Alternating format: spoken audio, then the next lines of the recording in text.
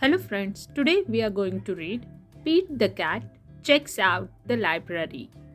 Pete's mom is taking him to the library for the first time.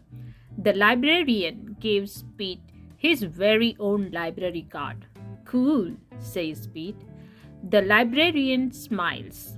Time for the tour. The librarian takes Pete through the library. There is a big desk where people wait to check out books.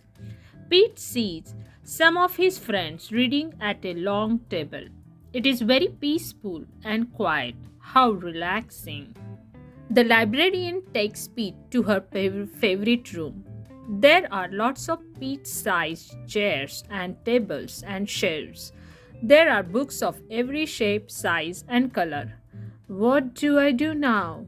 Pete asks. Now you read a book, the librarian says. Which book should I read? Asked Pete. You can read any book you like, says the librarian. Pete looks around. There are so many books. Pete picks up a book all about airplanes and jets.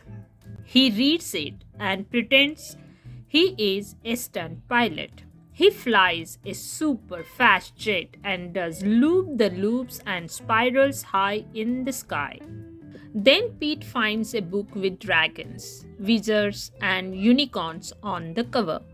He reads it and imagines that he is a powerful wizard, using magic spells and special wand to defend his castle against fire-breathing dragon.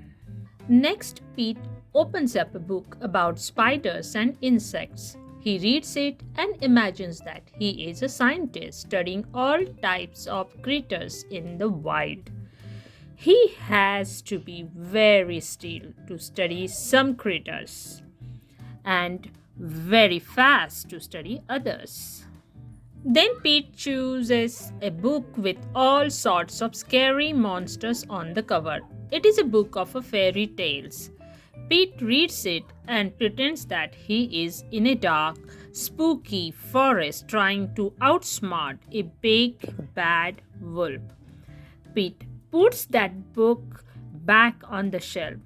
It is too scary. Pete opens up a book about the pyramids in Egypt. He reads it and pretends that he is an explorer riding a camel across the desert and climbing to the top of a giant pyramid. Next, Pete picks a book with all sorts of robots on the cover. He reads it and imagines that he is a robot at a robot dance party. His arms and legs make whizzing sounds when he moves. When robot Pete speaks, he says, bleep, bloop, bleep. Next, Pete picks up a book about superheroes. He reads it and believes that he is a superhero. He flies around the city in a colorful cape, chasing bad guys and saving the day. Then Pete spots a big book about the ocean and all its creatures. He reads it and imagines that he is a scientist in a submarine deep in the Atlantic Ocean, looking for whales, squids, and sharks.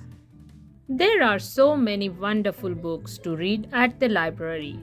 Pete can be whatever he imagines with a book. Reading is super groovy. The end.